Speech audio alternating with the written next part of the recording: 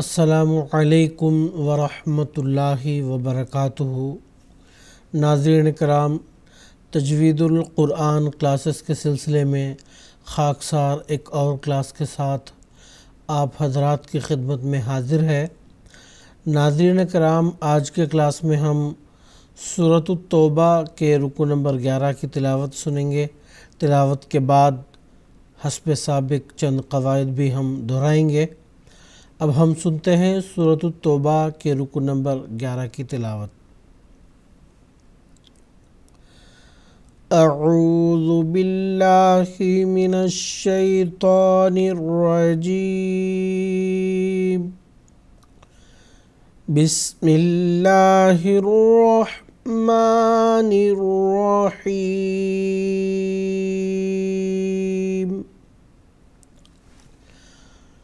فرح المخلفون بمقعدهم خلاف رسول الله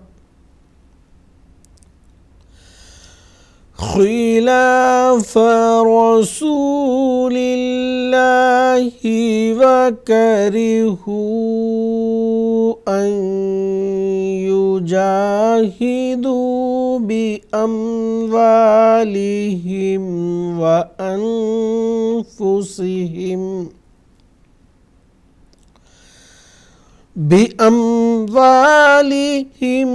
وأنفسهم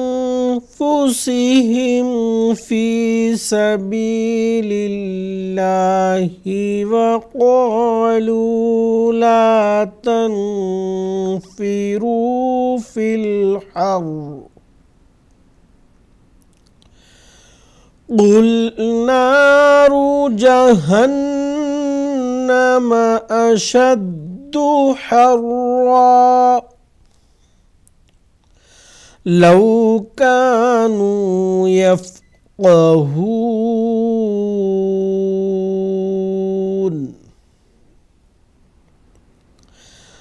فليضحكوا قليلا وليبكوا كثيرا،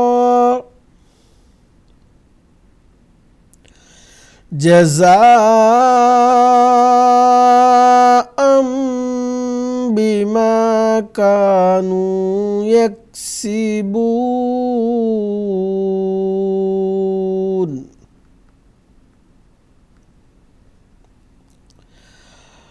فإن رجعك الله إلى طائفة منهم فاستأذنوك للخروج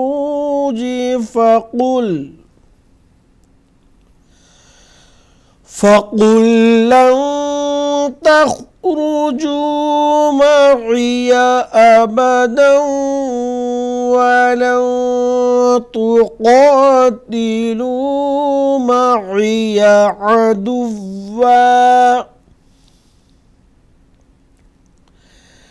إنكم رضيتم بالقعود أول مرة فاقعدوا مع الخالفين،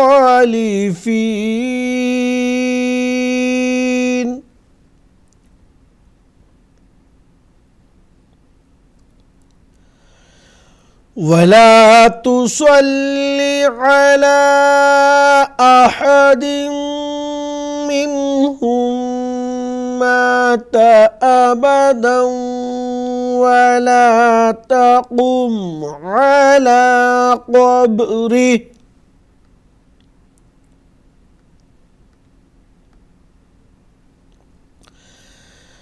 إنهم كفروا بالله ورسوله وماتوا وهم فاسقون،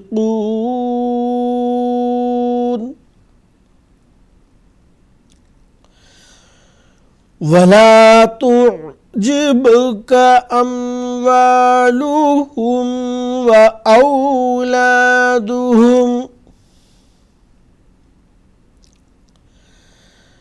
إنما يريد الله أن يعذبهم بها في الدنيا وتزهق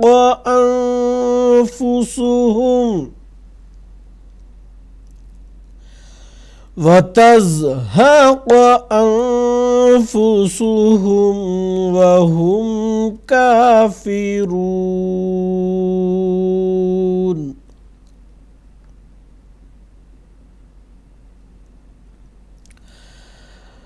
وَإِذَا أُنزِلَتْ سورة أن آمنوا بالله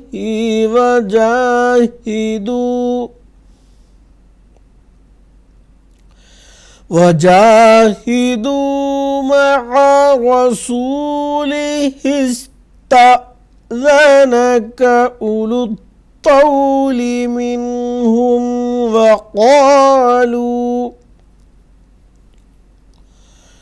وقالوا ذرنا نكن مع القاعدين.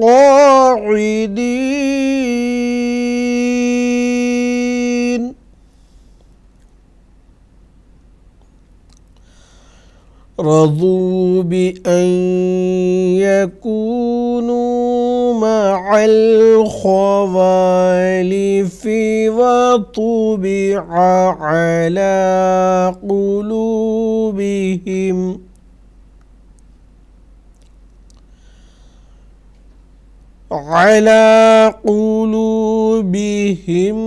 فهم لا يفقهون.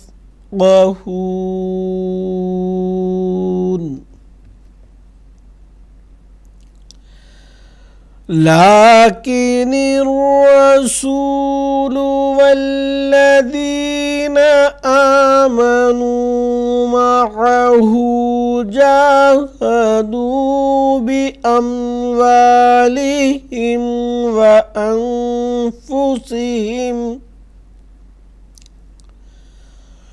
وأولئك لهم الخيرات وأولئك هم المفلحون.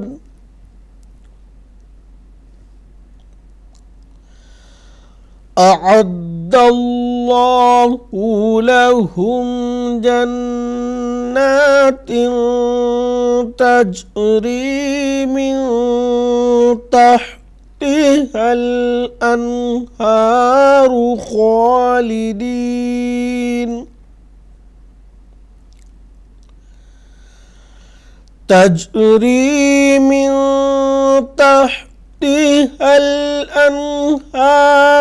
خالدين فيها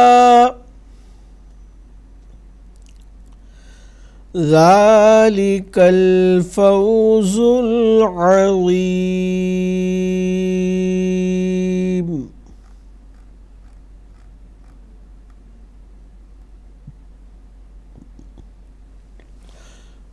ناظرین کرام، اب تک ہم سورۃ التوبہ کے رکن نمبر 11 کی تلاوت سن رہے تھے۔ اب ہم حسب سابق چند قواعد کی دہرائی کریں گے۔ سب سے پہلے فرح المخلفون، را کے نیچے کسرہ ہے یعنی زیر ہے۔ قاعدے کے مطابق اس کو ہم باریک پڑھیں گے۔ قاعدہ یہ ہے کہ را پر زبر اور پیش آتا ہے تبھی اس کو گول پڑھتے ہیں، اگر کسرہ یعنی زیر آئے تو اس کو باریک پڑھتے ہیں۔ المخلفون، خا یہ حروف مستعلیہ یعنی وہ حروف جو ہمیشہ پر پڑھے جاتے ہیں ان میں سے ایک ہے، تو اس کو یہاں ہم گول پڑھیں گے۔ آگے بمقعدہم، قاف جو ہے یہ حروف قلقلہ میں سے ایک حرف ہے، اور حروف قلقلہ کی خاص صفت یہ ہے کہ جب کبھی بھی یہ جزم سکون کی حالت میں ہو، جزم یعنی سکون، اس حال میں ہو تو اس کو قلقلہ کی صفت کے ساتھ اس کو پڑھیں گے۔ قلقلہ کیا چیز ہے؟ آواز کے ٹکرا کے واپس آنے کو کہتے ہیں قلقلہ۔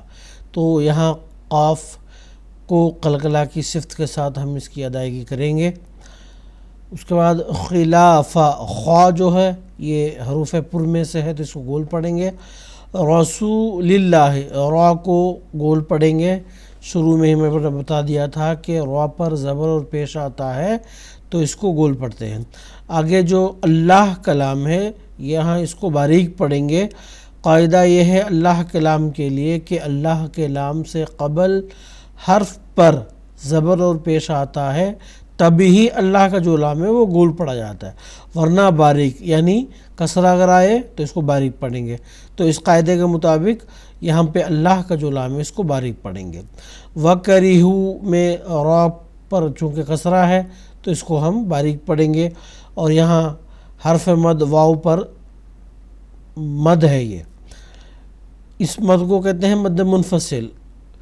عام جو مد ہے یہاں جو واو ہے اس کو ایک الف کے برابر کھینچتے ہیں، مگر جب یہ حرف مد کے اوپر مد منفصل یا مد متصل آتا ہے تو اس کو اور مزید کھینچ کر پڑھتے ہیں، تو ایک الف کی بجائے اور مزید اس کو کھینچ کر ہم پڑھیں گے۔ اس کے بعد این یجاہدو، نون ساکن کے بعد یا یعنی حروف یرملونا میں سے یا آیا ہے تو یہاں ادغام ہوگا۔ ادغام کا قاعدہ یہ ہے نون ساکن اور تنوین کے بعد حروف یرملونا میں سے کوئی ایک حرف آتا ہے تو ادغام ہوتا ہے، اور ادغام دو قسم کا، ایک غنہ کے ساتھ، ایک بغیر غنہ۔ تو یہاں پہ غنہ کے ساتھ ہوگا، غنہ یعنی ایک الف کے برابر ناک سے جو آواز نکلتی ہے اس کو غنہ کہتے ہیں، تو ایک الف کے برابر غنہ کے ساتھ اس کو ہم ادغام پڑھیں گے۔ اس کے بعد وَأَنفُسِهِم میں نون ساکن کے بعد فا جو حروف اخفا میں سے ایک حرف ہے وہ آیا ہے تو یہاں پہ نون ساکن کا اخفا ہوگا۔ اخفا یعنی نون ساکن اور تنوین کے مکمل آواز کی ادائیگی کے بجائے اس کو پوشیدہ رکھنا، یعنی اس کی مکمل جو آواز ہے اس کی ادائیگی نہیں ہوتی بلکہ اس کی آواز کہیں نہ کہیں پوشیدہ رہتا ہے، تو اس کو کہتے ہیں اخفا۔ تو یہاں پہ اخفا کے ساتھ ساتھ ایک الف کے برابر غنہ کی آواز بھی ہوگی۔ فی سبیل اللہ، سین کو باریک پڑھیں گے، اور اللہ کا جو لام ہے اس کو باریک پڑھیں گے، اس سے پہلے بھی گزر چکا ہے۔ وقالو، قاف کو گول پڑھیں گے، یہ حروف پر میں سے ایک حرف ہے۔ لا تنفرو، یہاں پہ بھی نون کا اخفا ہوگا کیونکہ آگے فا حروف اخفا میں سے ایک حرف آیا ہے، تو نون ساکن کا اخفا یعنی اس کی آواز جو نون ساکن کی اصل آواز ہے اس کو پوشیدہ رکھتے ہوئے ایک الف کے برابر غنہ کی آواز کے ساتھ پڑھنا اخفا کہلاتا ہے۔